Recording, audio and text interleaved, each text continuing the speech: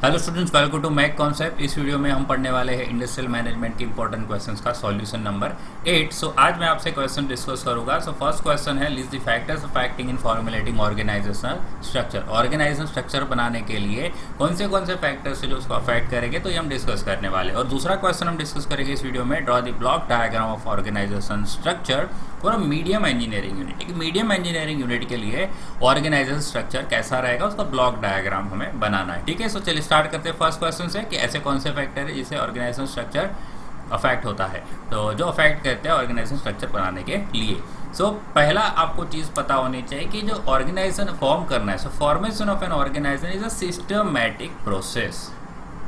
Organisation अगर आपको form करनी है तो ये एक सिस्टमैटिक प्रोसेस है, यानी कि स्टेप बाय स्टेप्स फॉलो होते हैं। ठीक है, तो स्टेप 1 फॉलो होगा, फिर स्टेप 2, स्टेप 3। तो आपको एक सिस्टमैटिक वे में जाना पड़ेगा अगर आपको ऑर्गेनाइजेशन बनाना है। तो वो कौन से स्टेप्स है, तो वो हमने एक्सप्लेन किए हुए हैं। तो सबसे पहला काम होगा सेटिंग ऑब्जेक्टिव। ओके, कोई ऑर्गेनाइजेशन आपने बनाई है या बनाने वाले हो, तो ये ऑर्गेनाइजेशन का मेन ऑब्जेक्टिव क्या है, मतलब कि हम इसको क्यों बनाने जा रहे हैं, ये क्या पर्पस सर्व करेगी।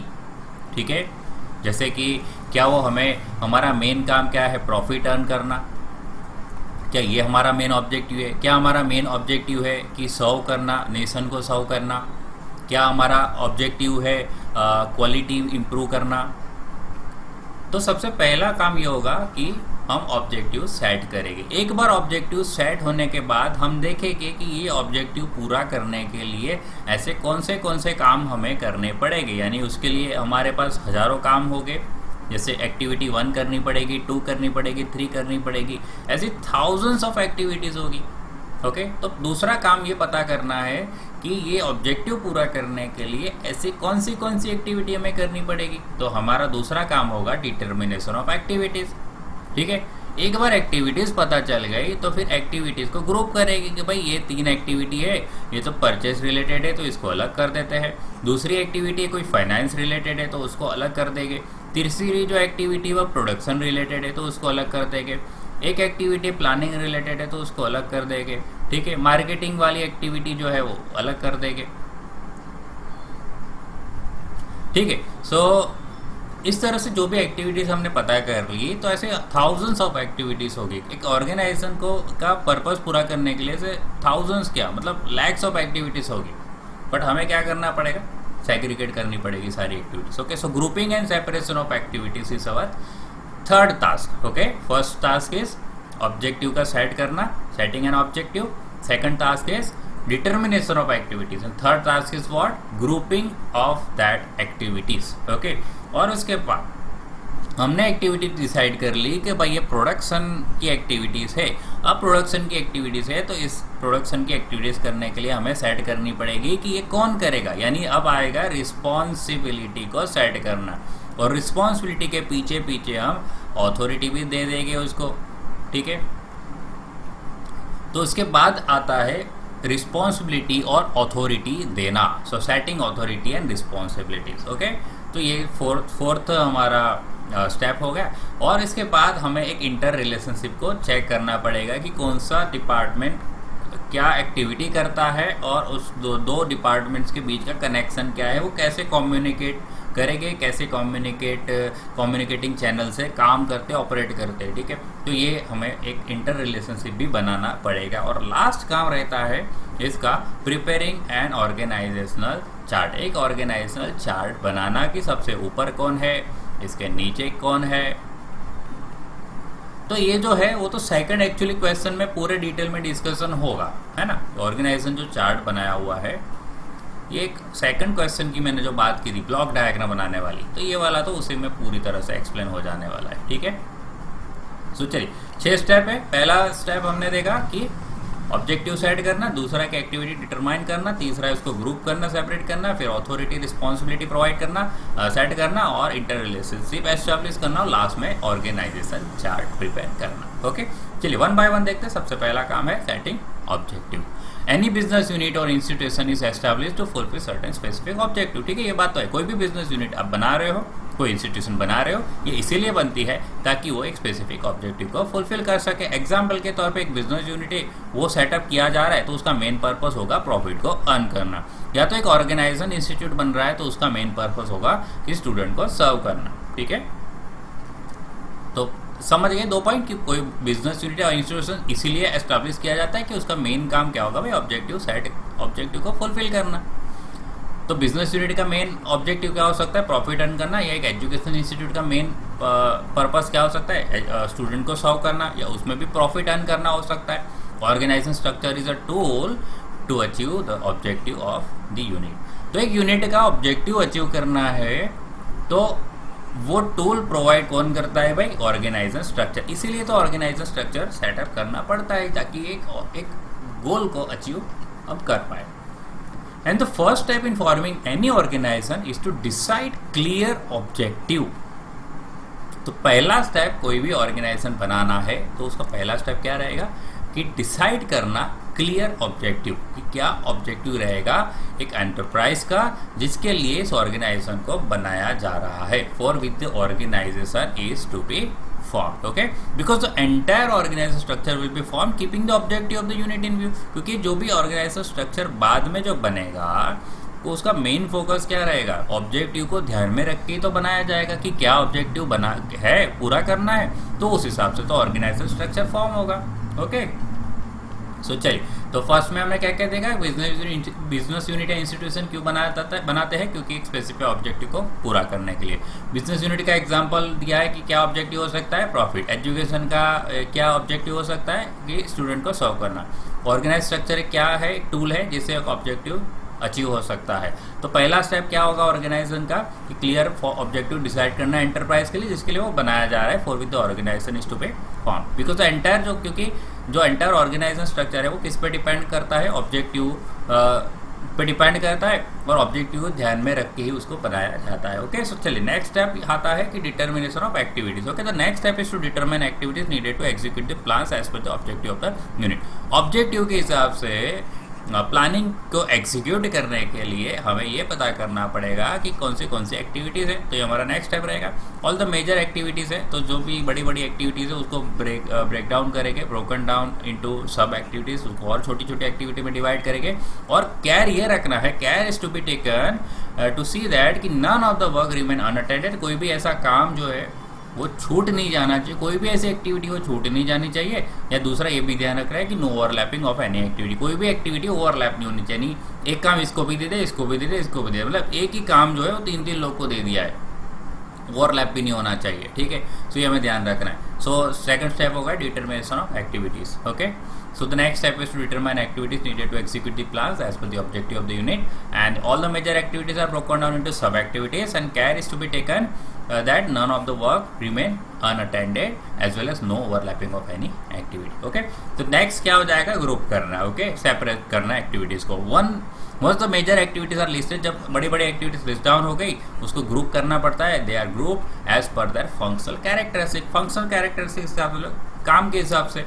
ओके, जैसे मैंने बोला कि परचेस वाला काम है तो फिर परचेस का अलग कर दिया, फाइनेंस का है, टैक्स का है तो अलग कर दिया, प्रोडक्शन का है तो अलग कर दिया, ऐसे तो फंक्शन के हिसाब से इसको अलग करेंगे। This process of arranging activities based on the concept of specialisation and division of labour. तो ये एक ऐसा कॉन्सेप्ट है जो ये कैसे कॉन्सेप्ट पे बेस्ड है, ये एक्टिविटीज़ को अरेंज करना रहेगा आपको। तो किस पे बेस्ड रहेगा, तो वो ये रहेगा बेस्ड यानी स्पेशलाइजेशन पे और डिवीजन ऑफ लेबर पे। ओके, तो एक स्पेशलाइजेशन मतलब जैसे कि परचेज की ही बात करूँ तो परचेज वो स्पेशलाइज हो गए अपने परचेज के काम में, उनकी सारी एक्टिविटीज़ है वो उनमें एक्सपर्ट हो गए। प्रोडक्शन है तो प्रोडक्शन में वो एक्सपर्ट हो गए। ओके, तो ये 2 कॉन्सेप्ट को ध्यान में रखते हुए ही प्रोसेस को अरेंज किया जाता है। ठीक है, depending upon primary function activities are separated under the group heading. तो प्राइमरी फंक्शन को ध्यान में रखे जो भी एक्टिविटीज़ है उसको सेपरेट किया जाएगा। और हेडिंग क्या क्या देंगे, जैसे कि एक फाइनेंस हेडिंग दे सकते हैं, प्रोडक्शन हेडिंग दे सकते हैं, परचेज, सेल्स एट्सेट्रा। और इसी ये जो हेडिंग देने के बाद ही तो जो ओवरऑल एक्चुअली हम कर क्या रहे हैं इसी को तो हम बोलते हैं डिपार्टमेंटेशन।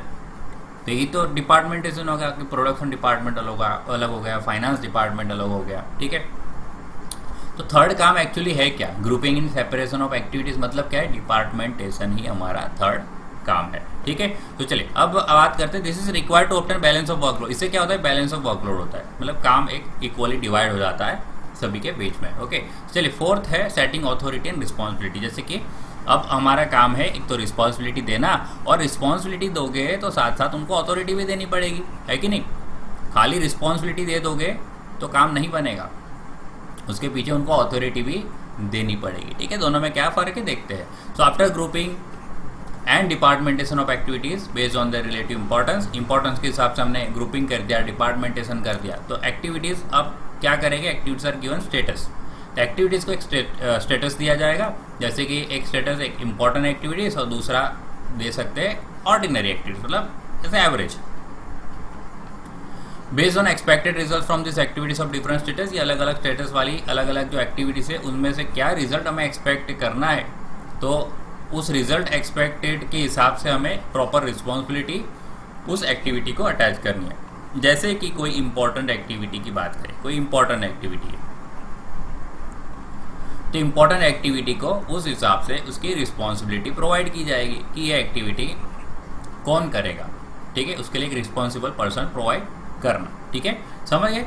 तो ये जो भी हम रिजल्ट चाहते हैं उस एक्टिविटीज़ से, अलग अलग स्टेटस वाली, यानी इंपॉर्टेंट एक्टिविटीज हमने दी थी, उसमें से क्या रिजल्ट एक्सपेक्ट करना है, तो उस हिसाब से हमें उसको एक रिस्पॉन्सिबिलिटी अटैच करनी पड़ेगी उस एक्टिविटी की, भी ये एक्टिविटी ये वाला इंसान करेगा। ठीक है, for example the activity of purchase जो है, जैसे परचेस की एक्टिविटी है, is responsible for getting required material at least possible cost and at required time, है ना।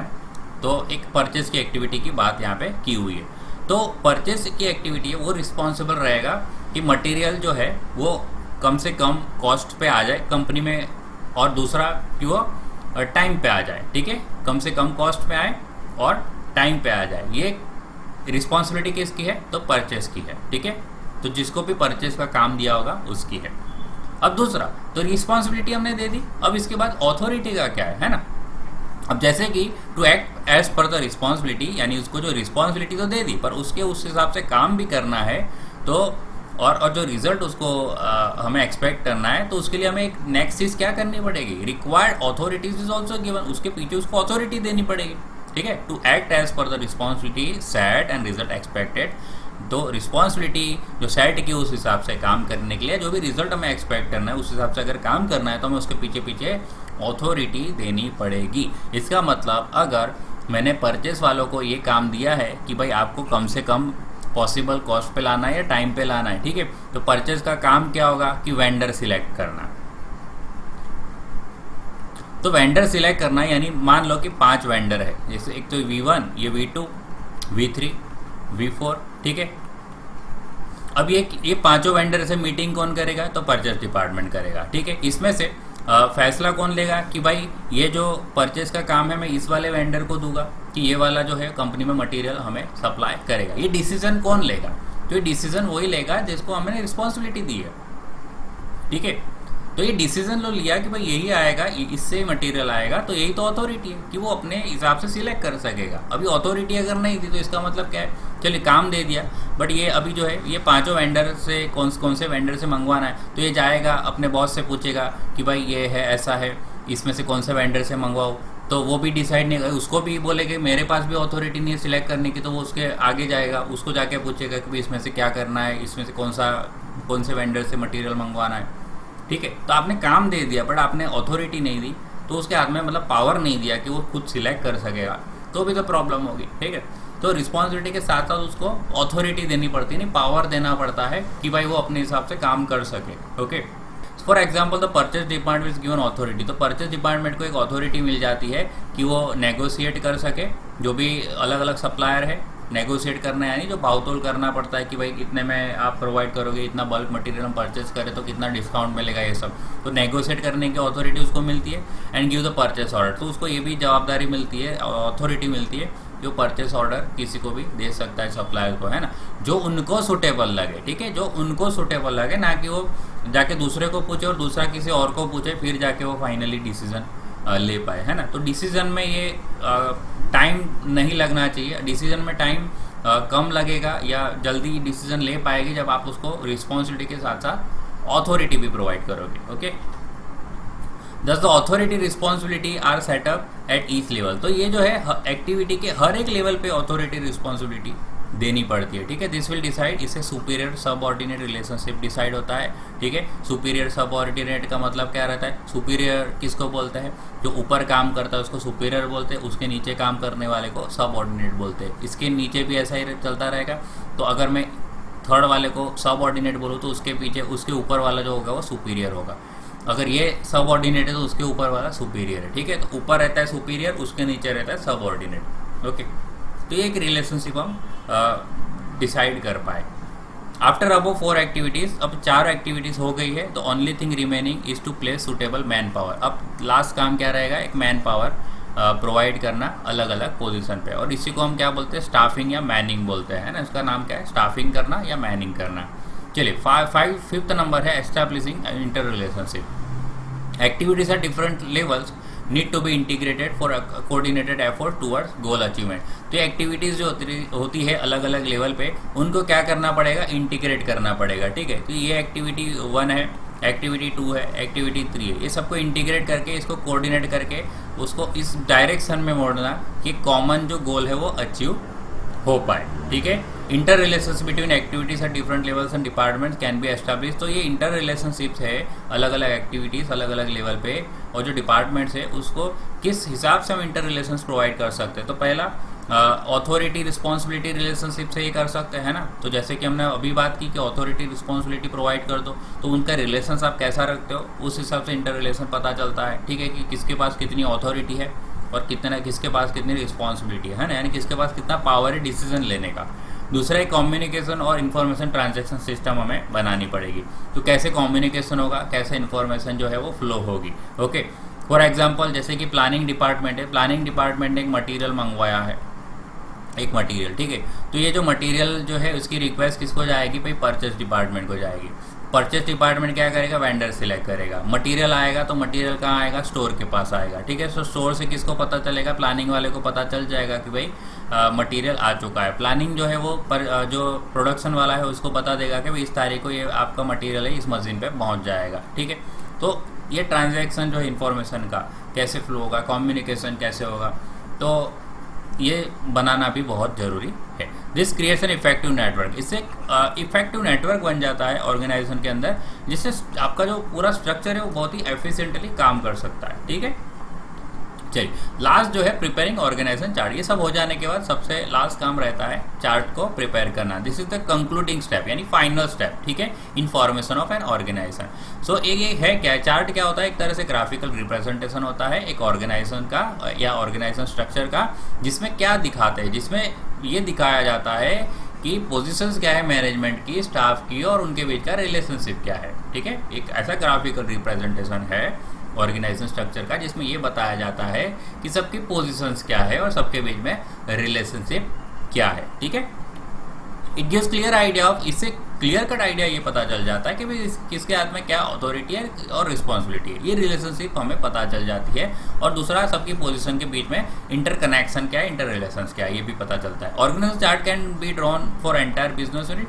अब ये जो चार्ट है ना, ये पूरे बिजनेस के लिए भी बनाया जा सकते हैं, और हम सेपरेटली डिपार्टमेंट के लिए भी, अगर बहुत बड़ा ऑर्गेनाइजेशन है तो एक डिपार्टमेंट का भी अलग से ये चार्ट प्रिपेयर किया जा सकता है। ठीक है, चलिए, तो ये जो लास्ट वाला पॉइंट है ना, इसको अलग से भी एग्जाम में आ सकता है कि draw the block diagram of organisation structure for a medium engineering unit. तो इसमें देखिए ये कैसे चार्ट बनाया जाता है ऑर्गेनाइजेशन। तो सबसे पहले हमने CMD रखा हुआ है, ठीक है, यानी कि चेयरमैन एंड मैनेजिंग डायरेक्टर। इसके बाद देखिए, इसके बाद जो है सारे डायरेक्टर आएंगे। तो ये डायरेक्टर रखा हुआ है एडमिनिस्ट्रेशन एंड फाइनेंस, और भी बहुत सारे डायरेक्टर आएंगे, हमने यहाँ पे 3 ही रखे हुए। ठीक है, सो डायरेक्टर किसका आएगा? एडमिनिस्ट्रेशन एंड फाइनेंस का आएगा। ओके, सेकंड डायरेक्टर यहाँ पे हमने रखा हुआ है मार्केटिंग का, और तीसरा डायरेक्टर हमने रखा है टेक्निकल। ठीक है, तो चेयरमैन एंड मैनेजिंग डायरेक्टर के बाद आएंगे डायरेक्टर। तो डायरेक्टर अलग अलग लेवल पे हो सकते हैं, अलग अलग तरीके हो सकते हैं। ठीक है, तो हमने 3 रखे हुए, और भी बड़े ऑर्गेनाइजेशन में और भी सारे कैटेगरी हो सकती है। इसके नीचे कौन आएगा? तो उसके नीचे, इसके नीचे का जो लेवल है ये हम बात कर लेते हैं सभी में। तो इसके बाद देखिए डायरेक्टर के बाद कौन आएगा, मैनेजर। तो मैनेजर में फाइनेंस का मैनेजर आ सकता है, परचेज का मैनेजर आ सकता है, पर्सनल मैनेजर आ सकता है और स्टोर मैनेजर आ सकता है। ठीक है, मार्केटिंग के अंदर देखिए मार्केटिंग मैनेजर 1 आ सकता है और मार्केटिंग मैनेजर 2 आ सकता है। ठीक है, फिर टेक्निकल में प्रोडक्शन के मैनेजर आ सकता है, डिज़ाइन मैनेजर आ सकता है और मेंटेनेंस का मैनेजर आ सकता है। ठीक है, इसके बाद जो नीचे का लेवल हम चेक करते हैं, तो इसके नीचे जो लेवल है एग्जीक्यूटिव्स। ठीक है, इसके मैनेजर के नीचे कौन रहेगा, एग्जीक्यूटिव्स रहेंगे, नंबर ऑफ एग्जीक्यूटिव्स रहेंगे। तो इधर भी एग्जीक्यूटिव्स और इधर हम एग्जीक्यूटिव्स ना बोलते हुए इनको इंजीनियर्स बोल सकते हैं, क्योंकि ये टेक्निकल है तो फिर इंजीनियर्स में आएंगे। ठीक है, एग्जीक्यूटिव्स के नीचे कौन हो गए, क्लर्क्स हो गए। इधर एग्जीक्यूटिव्स के नीचे कौन हो गए, क्लर्क्स हो गए। इंजीनियर्स के नीचे कौन रहते हैं, सुपरवाइजर्स रहते हैं और सुपरवाइजर्स के नीचे कौन रहते हैं, वर्कर्स रहते हैं। ठीक है, तो इस हिसाब से ये ऑर्गेनाइजेशन चार्ट प्रिपेयर किया जाता है या हम इसको ब्लॉक डायग्राम भी बोल सकते हैं एक ऑर्गेनाइजेशन का। ठीक है, सो चलिए फिर ये थे जो 2 क्वेश्चंस हमें डिस्कस करने थे। एक तो ब्लॉक डायग्राम डिस्कस किया और दूसरा जो मेन क्वेश्चन हमने क्या डिस्कस किया कि कौन से ऐसे फैक्टर्स है जो एक ऑर्गेनाइजेशन स्ट्रक्चर बनाने के लिए अफेक्ट करते हैं। ठीक है, सो ये 2 क्वेश्चन हमने डिस्कस कर लिए। सो कोई भी डाउट है तो आप कमेंट बॉक्स में उस डाउट को पूछ सकते हो। ठीक है, सो चलिए फिर आज की वीडियो में इतना ही, अब मिलेंगे नेक्स्ट वीडियो में। थैंक यू, जय हिंद।